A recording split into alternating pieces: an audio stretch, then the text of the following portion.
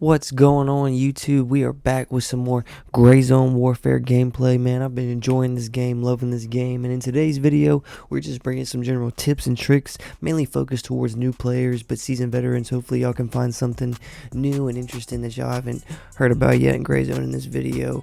With the new Night Ops update and the recent patches they've dropped, a lot of things have changed, man, and a lot of improvements been around, so this is just focused on the little tips and tricks for you guys. So let's get into the video. And if you like what you see, drop a like and drop a sub. Right, if you hold down T or H, G, P, any one of those at the top of the screen, you see you get this little like tack bar that pops up, and at this point you can have some extra control over things. You can turn off my light, and then the laser stays on, as you can see, and then you can right click to get out of that. So when you do that, now only my laser will be toggled and my light will permanently stay off. Hold T back down again, press T again, and now it's laser and light. And so this gives you a little bit of extra control over your tactical devices, and then you use the mouse wheel to scroll. And then you got your medicine, your grenades, provisions, and then the cool one, the emotes, and these are pretty fun to use. The one thing you want to know with this is like your medicine, your grenades, and your provisions. You can't use anything in your bag. You see I have my splint here in the bag. I'll even put this meal here to prove it to y'all. So you see right there the provision all I have is the drink that's down here, and it can be in the belt and that still works.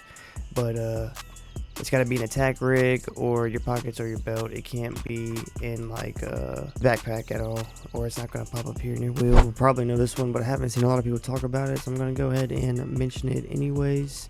When you are in the vendors or you're trying to find attachments for a gun, say I'm looking for attachments for the M1, you can click it and it's going to highlight everything that can go with that gun in yellow, and it's going to make that a little easier. Now, it doesn't always highlight everything. There is some times where you can throw on like a rail, and all of a sudden some more of these attachments will work with the rail that weren't highlighted at first. You know, these seem to all be highlighted. But yeah, if you're struggling trying to figure out what attachments go on what, this is a good way to just flip through and try to figure out what works with what. As you can see, it highlights everything, and I think it kind of works this way too if you click on the gun in the vendors. So yeah, once you click on a weapon, it's going to highlight everything that works with it. Next up is Ricochet and bullets. I didn't even really know about this at first, but you can bounce bullets off of a lot of surfaces. As you see here, we're bouncing them off the water in the pool and the headquarters here, and then with some tracer rounds you really can see the effect as I'm bouncing them off the pavement here outside of headquarters. You ever get tired of the loud helicopter sound? Pressing O on the keyboard while you're wearing a headset activates the mute.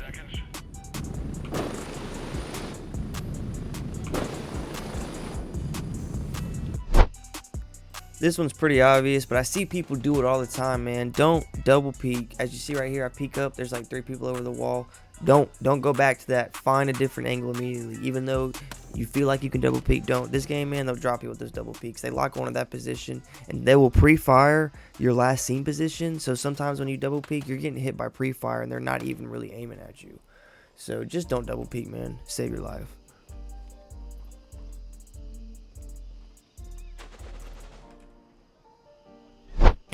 You can surprisingly get on top of most rooftops and surfaces if you do a little bit of mantling. You want to find something that's about the same height as your arms or a little lower. Press spacebar and you can mantle it just about anything in this game. And if you jump and mantle it midair with that same type of lineup, like with your arms, you should be able to mantle onto just about anything. Like so. Boom.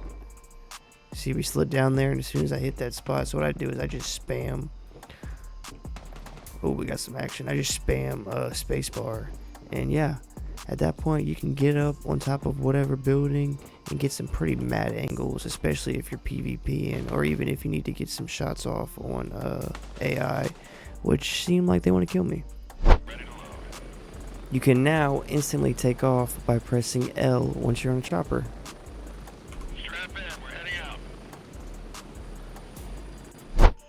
Alright, most people probably know this one by now, but if you didn't, you got Shift V to check your chamber, you got V to press magazine, check magazine, and then you can press Alt B, check firing mode, and then Alt V will check everything at once.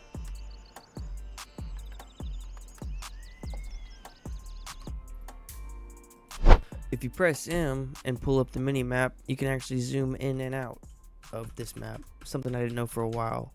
it tells you right there actually. But if you have anything less than a full-size keyboard, you're probably gonna have to rebind these.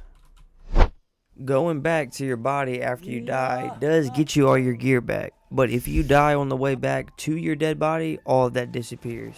But if you happen to drop the gear off your dead body before you die twice, you will save your gear. So it might be worth it to tell your buddy, hey, drop my gear off my body. Tracer rounds, these are cool, man. I think they started working with the Night Ops update. I don't think they worked before, but they're really good to help you feel out the zeroing and how far 100 meters is and what the bullet drop feels like. And other than that, they just look pretty cool to use, man, honestly. So yeah, go ahead and pop on them tracer rounds and get your zeroing right.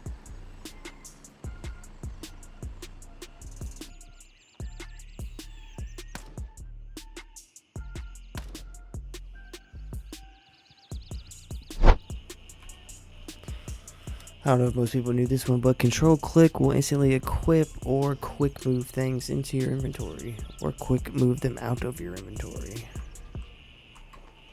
For healing teammates, I don't have anybody with me to give an example, but obviously when your homie goes down in a coma, you have to use the examine on them like that, and it's going to tell you what's wrong with them. And it's kind of like the same thing with the tactical wheel. You have to have the heals in the rig, the pocket, or the belt, or it's not going to work.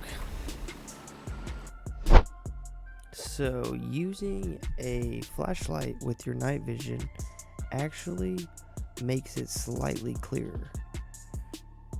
Yeah, I'm not really sure if that's how night vision works in real life, or if that's just like a little bit of a glitch. It might be hard to tell over YouTube, and I don't have an infrared flashlight on me to see if it works with that, but it definitely takes a bit of the fuzz off the night vision when you have a flashlight on or a light source around.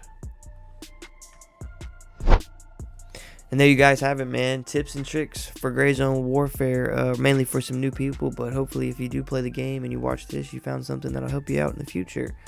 I appreciate all the support and likes we've been getting lately, man. I'm going to try to keep dropping uploads and keep pumping out the videos for you. You guys drop a comment, let me know what you think, let me know what you want to see, man. Drop a like and drop a sub. As always, it helps the channel grow and it helps the algorithm go a long way. We're pushing in on 100 subs, man. If we can get to 100 subs, that'll be awesome. Looking to be doing some things for the community once we get up there, man. So I appreciate everybody that's watched this far, man, and y'all have a great rest of your day. Peace.